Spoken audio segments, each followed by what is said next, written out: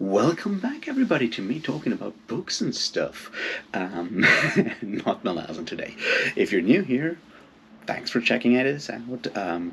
Like, subscribe, and whatnot if you feel like it, but there's no pressure. Today, we're going to talk about something that I wasn't planning to talk about, but then things happened.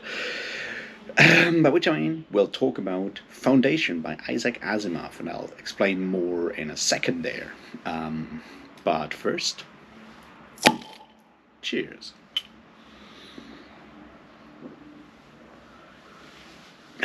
So, I made a terrible decision. Uh, I know this is basically the story of my life, so I have to be a bit more precise. By which I mean, I finished a book, which was Stonewielder, and I was waiting for The Hood by Lavi Tidar to arrive, and until then I had some free time, so I figured, why not read a book that I didn't like the first time? And that book was Foundation by Isaac Asimov, by which I mean the first book in the original trilogy of Foundation Empire, and so forth. That's the one I'm talking about. So I figured I'd reread that, and I did that, and now I have thoughts about it. This will not be a review as such, because I feel like reviewing books that are 50 years old is kind of irrelevant at this point. You either want to read it or not. You don't need my opinion on that, or like not on the writing and content. We'll see. This is sort of something else that I'm trying to do here, because I think even though I did not really like the book, I feel it's important to. Or not important to read, but it has certain qualities that make it a perfect example for a specific way of writing science fiction, for a specific era of science fiction. And I just want to go through that for a second and tell you why, maybe reading that first Foundation book, while not being, pleasurable or anything, can help with understanding the field of science fiction and, all these things better. So this is not about the TV show, the Apple show, which I haven't seen, although I am now slightly intrigued to maybe look at how they adapt something like Foundation. Um, it's not too much about the overall Foundation trilogy or the expanded Foundation universe or whatever like that. I might go and do like a video on Foundation Empire and the others in the future, but I'm not quite decided yet. If you want me to do that and go a bit more into like details than of those as well, then let me know in the comments. But now let's talk Foundation.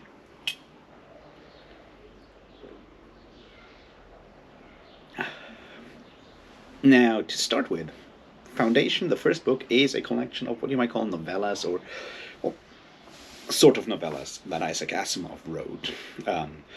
And those are, well, the Psycho-Historians was written specifically for this, like, bind-up of all those novellas, and then you have the mayors, the encyclopedists, the mayors, the traders, and the merchant princes. A fun aside, if you like heavy metal music, I urge you to check out the band Terminus with their first album, The Reaper's Spiral, because they have songs about all these individual parts, and it's really good heavy metal, is what I'm trying to say. But that's a quick aside for just those of you who have not heard about the band and are into classic heavy metal. But now let's get back. So, Isaac Asimov, one of the greats of the, 20th century science fiction, I would say. I don't want to use like golden age or what have you, because that's like dumb types of like name labels. But he's certainly one of the great names of science fiction, of the more sciencey side of science fiction, together with someone like Arthur C. Clarke, certainly, for example.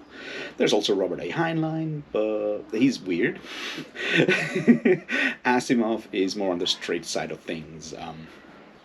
And that's sort of where I want to go with this quick ramble here today. You might know him from either from the Foundation stuff or from the Robot series, and the rules of robotics and all those glorious things. He has certainly had a huge impact on the more nerdy side of pop culture ever since. And this alone may be reason enough to read some Isaac Asimov, and it's well worth doing that. Here he does something, though, that is very like it's a perfect example of 1950s to 1960s sort of science fiction in a lot of ways. And there's a lot of stuff that makes it very difficult to read these days, or can make it very uncomfortable to read these days if you look at it. But as so often with these genres of fiction that we like to read these days, whether it's fantasy or science fiction or anything else, actually, I personally feel that it is helpful for the understanding of the contemporary field to have read some of the, you know, older works that formed the field the way it is right now. It's like the same thing why I always say that people who like fantasy should go and read Robert E. Howard. You don't have to like Conan. Well, actually, you should like Conan, but it's certainly important to understand where the field comes from. So reading, stuff like Robert E. Howard, Fritz Leiber, whatever you want to pronounce him, or Clark Ashton Smith is helpful for fantasy and horror, and science fiction in parts, but mostly for those, reading some pulp never hurts. Or, at some point you should read The Lord of the Rings if you're into fantasy, because it helps to understand how the field evolved and gives you a greater appreciation of these types of literature in general. Obviously, that also goes for like all kinds of other literature. Go out and read some of the classics. They're actually well worth reading. Go read, obviously, Don Quixote, which is one of the best books ever, and then go and read Winnie the Pooh, which is the best book ever.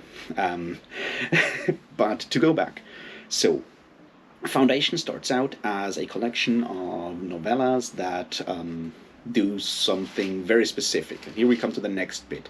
The relatively unironic look at an absolute classic, or like the use of that absolute classic as an inspiration to then write something with spaceships about it. What do I mean by this? I mean The Decline and Fall of the Roman Empire by Edward Gibbon, which is another book that if you have the time to read, you should definitely go out and read it. If you don't have the time, you should go out and read just one book of it. It's a long history. It's written in the 18th century, and it just looks at how the Roman Empire fails and why Gibbon thinks it fails. It is a masterclass in irony, use of language, the art of insulting people in footnotes, the art of taking apart Christianity. That's the book that I would recommend. I think it's the second or third book, I think, and it's like a long ass collection of books about the Roman Empire dying slowly. And the book about early Christianity is an absolute masterpiece, and I can highly recommend you check that out if you ever have time and inclination. Anyway, it has been hugely influential in a lot of ways. It's probably one of the earliest examples of historiography, of modern historiography with footnotes and sources, citing sources and whatnot. It has a lot of problems, but it's a lot of fun to read. Anyway, so Asimov takes that as his inspiration and writes about the Galactic Empire. And he even quotes, at some point, he even puts it in there verbatim. He's like, yeah, this is about the decline and fall of the Galactic Empire. He then goes from there to look at how you may preserve that or rebuild it, or rebuild a new empire out of that, which is sort of his premise. And then he goes over centuries on a galactic scale, and each of these novellas in the first book focuses on one specific era of that.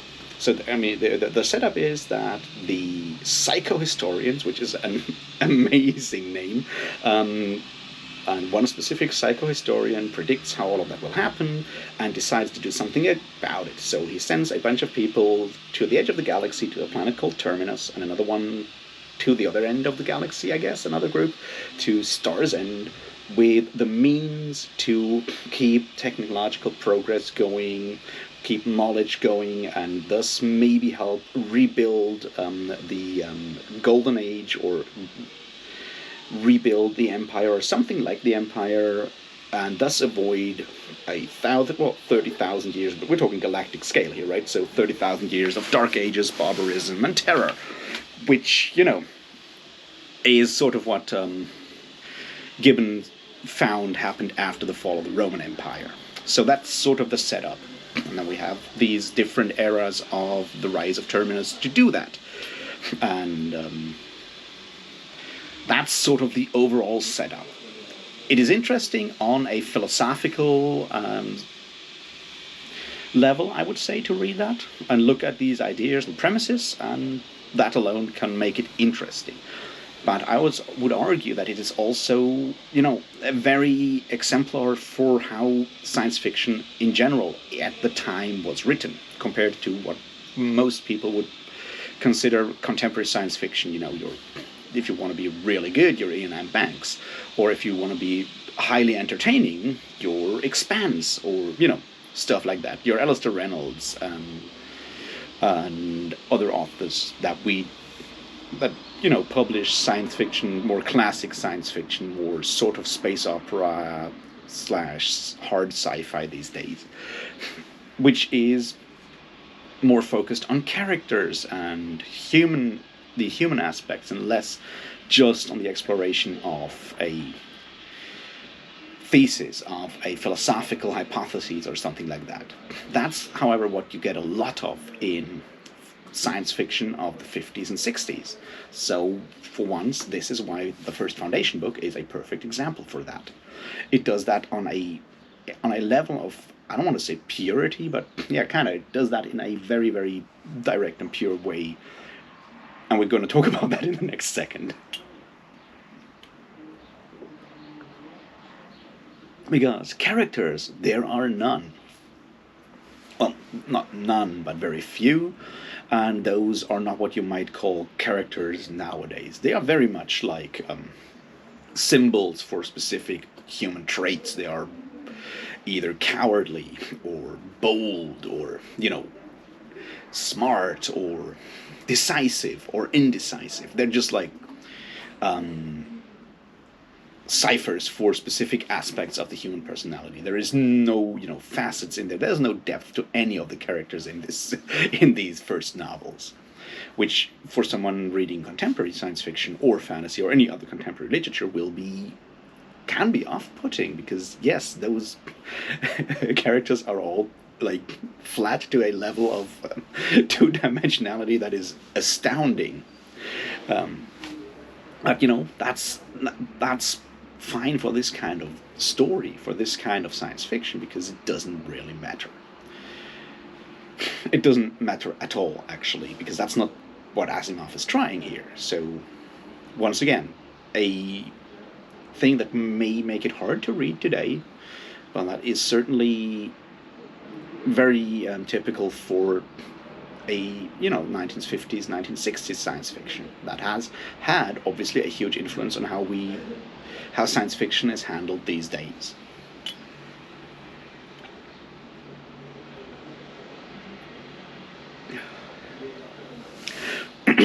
Now let's look at the next aspect that makes Foundation one of the classic science fiction stories. Let's talk about science here. And let's talk about atomics. Now, obviously, in the year 2021, we have depending on where we live, we have a rather, detailed or nuanced opinion on the use of nuclear power. This has obviously been, modified by events like Chernobyl or Fukushima or other things like that. We kind of have realized that having nuclear waste lying around is not the best thing that could happen. We are more aware of these aspects. In the 1950s, that's not the case. Nuclear power is the thing. In science fiction books, a lot of science fiction authors at the time thought that nuclear power, atomic power, as they called it at the time, would be the solution for all our problems. It would be used everywhere in small ways and big ways. Everything is powered by atomics there. And it's kind of ridiculous to read at this point almost, and it's easy to make fun of. The way that happens, they have nuclear dishwashers, nuclear toothbrushes, nuclear razors, nuclear everything. Well, atomic everything. which is just ridiculous. The idea that radiation can actually hurt people is kind of thrown out of the window. It doesn't happen, and atomics are the power for everything. And it's easy to make fun of this, but on the other hand, it is sort of something that we can realize nowadays when we look at science fiction. And we have technologies there that are currently the height of innovation, what what we think the future will be like, what kind of powers will be used in the next, in a century or 2 centuries. For us, I would say these days, especially after last year, probably going to be something like genetic engineering, something that Asimov, at least in Foundation, doesn't think about at all. It just doesn't happen there. But right now, genetic engineering with the way the corona vaccines were developed over the last year and whatnot is sort of what you think a lot of technology will be like. Also, artificial intelligence. Artificial intelligence, computers per se, don't play any role in Foundation. I'm not even sure if there are any, actually. Never really mentioned, which brings us to the next bit there, which is like another anachronistic ways of how technology is portrayed. Messages are partly, at least, sent. I mean, there's screens and telecommunication is there in some form, but a lot of messages are sent in capsules through fucking message tubes in a spaceship, which is just ridiculously funny because I don't know when we stopped sending physical messages in message capsules, and it's just interesting to see that in the 1950s, no one thought about these ideas. In general, one of the things that we see with science fiction and the way technology evolves, when you look at cyberpunk, for example, a much more modern subgenre of science fiction, William Gibson and so forth, especially William Gibson, we kind of started the whole thing with people like Bruce Sterling. There are no mobile phones. The idea of small portable computers that produce instant communication just doesn't exist because no one in 1980 thought about that. So a lot of the weird stuff going on there feels super anachronistic nowadays, and it's even clearer or starker in Foundation, which once again may make it ridiculous to read, or at least funny to read these days. But there's reasons for that. And the lessons we can learn from that are, on the one hand, to not trust too much into our predictions of how technology will evolve in the future. And on the other hand, to, don't, trust too much in our knowledge of the present and of technology either. It's just, easy to make fun of Asimov, but he didn't know better at the time, and it's important to be aware of that, which will be the next thing we're going to talk about.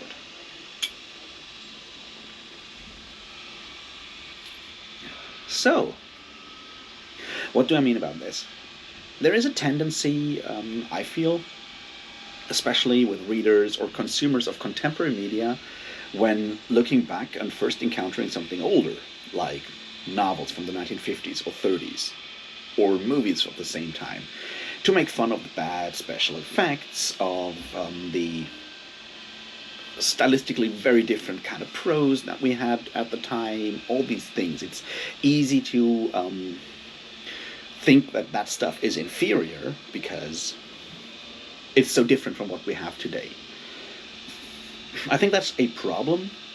It is partly linked to our conception of history and time. By which I mean, we kind of feel that there is continuous progress. On the one hand, that's a really good idea when you think about, concepts of history. There's other ways of looking at that when you have the idea of a continuous decline from a golden age, or the idea of circularity of history. I would say most prominent version right now, or look at history right now, especially in the more progressively minded part of the world, is that things are slowly getting better and things were much worse in the past. And that is certainly the case in a lot of a lot of things. And we'll talk about some of that later here as well. But it is not something that you can apply to art per se. You cannot say the prose of today is better than the prose of then, because there are different things that are valued in prose now compared to then. And these things change over time, but it's difficult to put like a qualitative kind of difference on that. It's not one of is better than just different. And I feel reading stuff like Foundation, especially that first Foundation book, in its like way makes that very, very clear, because it is so different and so far away from where we are nowadays in our, way of consuming media.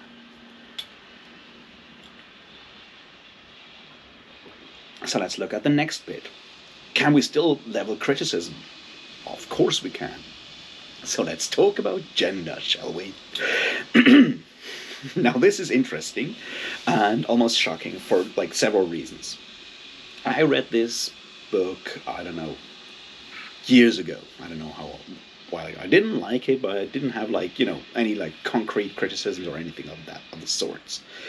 I have grown since then as a reader. I've read more. I've also thought more about all kinds of issues, social issues and whatnot. And I read Foundation again, and then I realized something. In the entire book, there are 2 female characters. 2. And only one of them gets a few lines of dialogue. The other one is just pulled in and then sent out again. It's a serving maid of a Commodore's wife, and she's just there to, show off some bit of like jewelry, basically. In an entire book that is, 300 pages long, that's insane compared to today. But what's also insane is that I didn't notice the first time I read. Now there's 2 things to talk about here. First, I want to talk about the fact how our perceptions have changed, how issues of gender, race, or general issues of representation have changed in just the last decade, maybe the last 2 decades, in like the mainstream. And it's important to be aware of that, because it's easy to now go and call Isaac Asimov a sexist for just including 2 female characters and only one of them having dialogue, and that dialogue only makes that character look bad. But this was written in the 1950s. It's important to be aware of that. You don't have to like what he wrote, but it's important to not measure that book against the same standards. I feel important to read it, to know how things were then. It's important to understand that, because if you understand how history, or in this case, how the history of a specific part of literature progressed, you can then use these kind of aspects, the history of literature, to extrapolate how overall society thought about these issues, or didn't think about these issues, because there was not exactly a huge outcry when Foundation came out and everyone's like, man, Isaac, you forgot all the women, you fucking sexist. Well, maybe Ursula K. Le Guin said that in a much more elaborate way than I would ever do. But apart from that, it didn't, no one thought about the fact. And it is shocking. It is very shocking, to me at least, to understand that, because that's like our grandparents, right? Grandparents, I guess, at this point. But still, this is not that far away. These are people that died in our lifetimes, that we could have met, and they thought it perfectly normal to think like that. There's another aspect in there which tells you a lot about societal issues. That is, at the beginning of the story, there's a trial of Harry Seldon, and it's asked how many men are working in his project, and he's like, it's these and these numbers. It's like not like 100,000. It's like no, it's just like 30,000. The rest is just wives and children. Right. This is the Galactic Empire, which is in this world like thousands of years hundreds of thousands of years in the future. But apparently, because the society in which Isaac Asimov grew up and wrote this book can't conceive of working women, this is apparently still the case. And there's, once again, things that we can learn from that. One of them is obviously that um, literature always is an image of the times it was written in. And on the other hand, that even though we might start to think and extrapolate from aspects and try to look into the future, it is so fucking easy to forget like issues that are right in front of our eyes. Because this is the 1950s.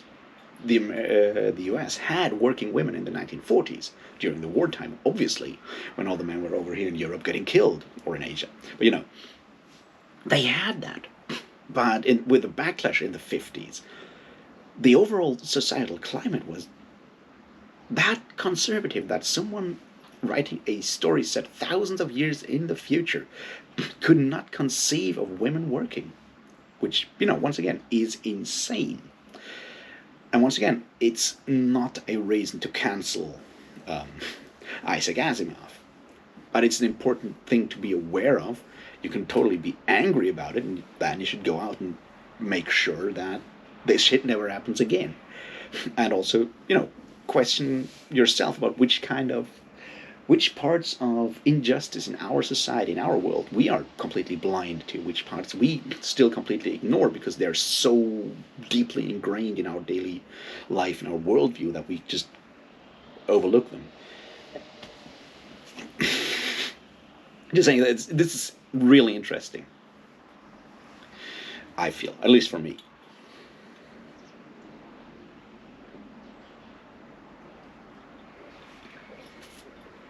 In general, and this is the other part there, like, everyone dies in these books after, I don't know, 50, 60, 70 years of life, which once again is like, this is the Galactic Empire, the height of its power.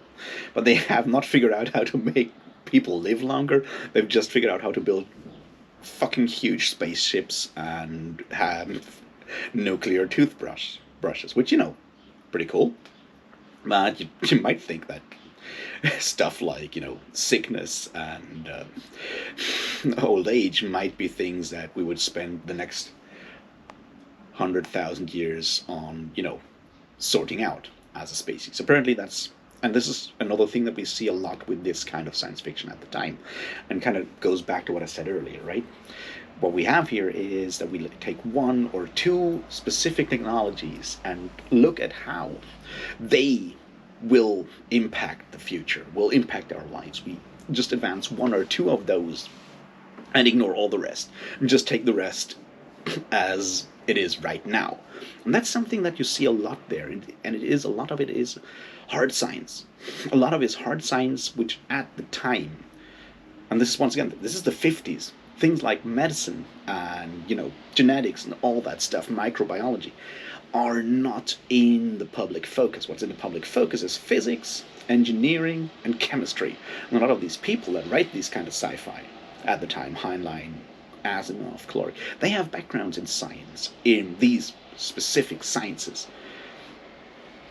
So stuff like medicine, long life, different ways of organizing society, oftentimes get overlooked because they are very much focusing on one specific aspect of human nature or human society and development. And you can see that here as well when you have all these really interesting ways of having spaceships and whatnot, but people die when they're 60. Another thing where you can see that it's very much a product of its time is smoking. Everyone in this book smokes all the fucking time. And I don't mind people smoking. I'm just saying, like, when's the last time you read a science fiction book where characters were smoking? Not smoking weed, just smoking cigarettes. How often did that happen in the last couple of times you read a contemporary or modern science fiction novel? Or any other kind of novel, really? I don't know. Probably, like, sci-fi would need to think hard. Did that guy, the private investigator, smoke in the first Expanse novel? Maybe.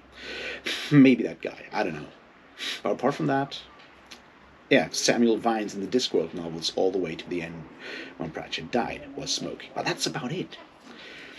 So it's really interesting to see how society changes in the fact that, like, things like smoking are ubiquitous in that story.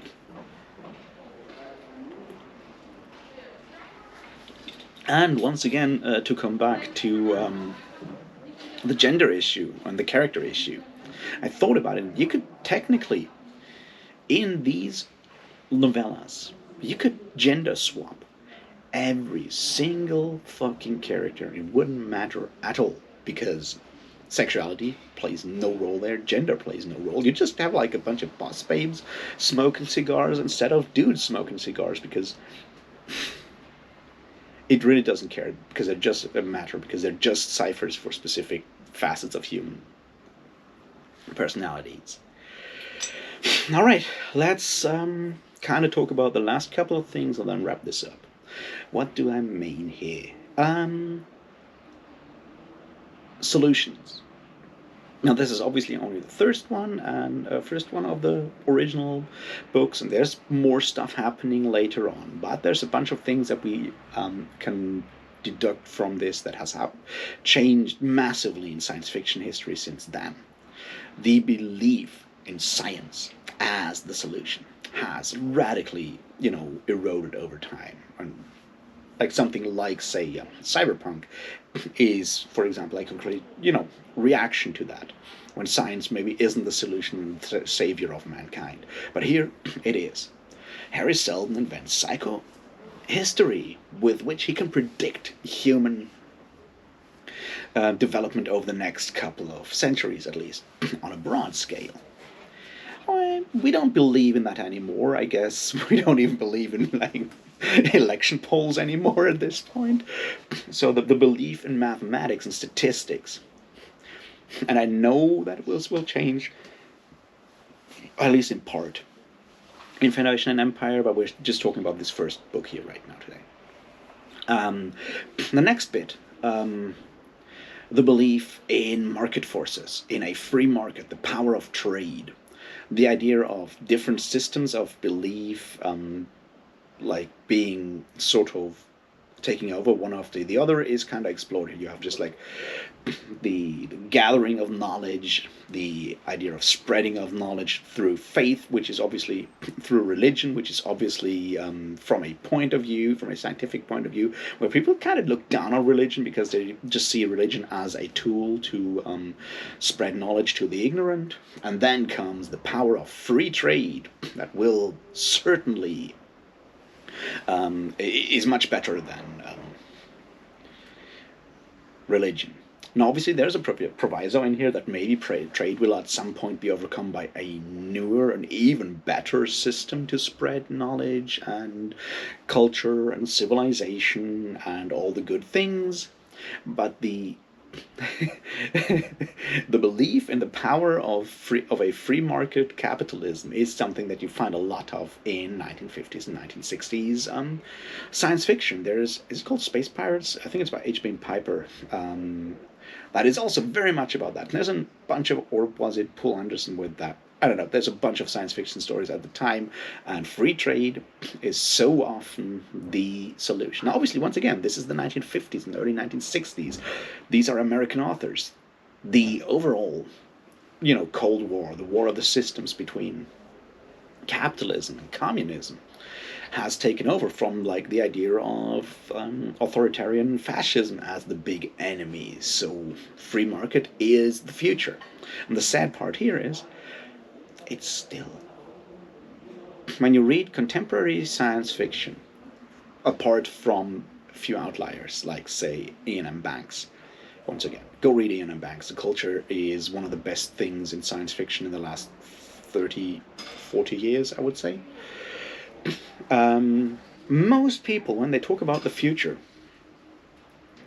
whether it's dystopian or utopian, it is always capitalism there. We have kind of lost the capacity to think about alternative systems. We're still in the capitalism versus socialism like dilemma, which is terrible to think about. That we, like, even in our like fiction, we don't even think about new ideas. It does. This is science fiction. It doesn't have to work. It's not a practical guide to how to build your society. It's an exploration of how societies could work and what the pros and cons are, and we still build the same kind of systems.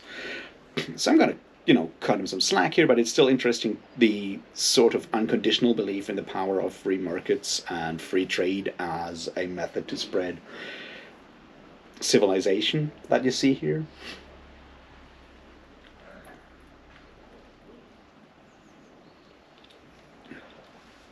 So I guess that kind of wraps it up. Foundation is not a fun book to read.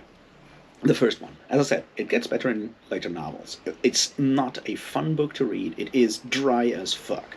Characters don't exist, are just, symbols that move around to spread the ideas of the author to us.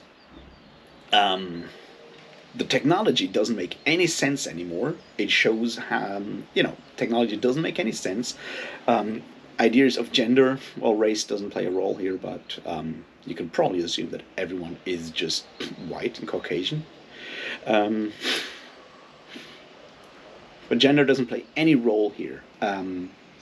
Large swaths of human development are just ignored. But in the way it is written, it is one of the purest examples of 1950s and 1960s science fiction, with a heavy focus on science, natural science, physics and chemistry at that. And the way it was written at the time, the idea of taking an old idea, a classic, in this case Gibbon's history of the decline and fall of the Roman Empire, and using it as a starting off, a jumping off point for one's own ideas, which are much closer to what you might call speculative philosophy than actual fiction, because the plot doesn't make, the plot is sort of accidental here. And thus I think that reading the first Foundation book is worthwhile, even though it won't be really entertaining, and you'd probably have much more fun reading The Expanse. You should still read Foundation first. And, quick aside before we leave this today, Isaac Asimov invents the Encyclopedia Galactica, which you already know from The Hitchhiker's Guide to the Galaxy, which, in part at least, certainly parodies stuff like Isaac Asimov's Foundation. So read it, it'll help you understand a lot of other science fiction, and, that's worth something as well. Oh, and go and check out Terminus. Anyway, I'll be back with talking about Hood by Lavi Tidar tomorrow, I think, and I can already tell you, it's a fucking riot, and you all should go and read it immediately. Anyway, thanks for watching. Until then, cheers.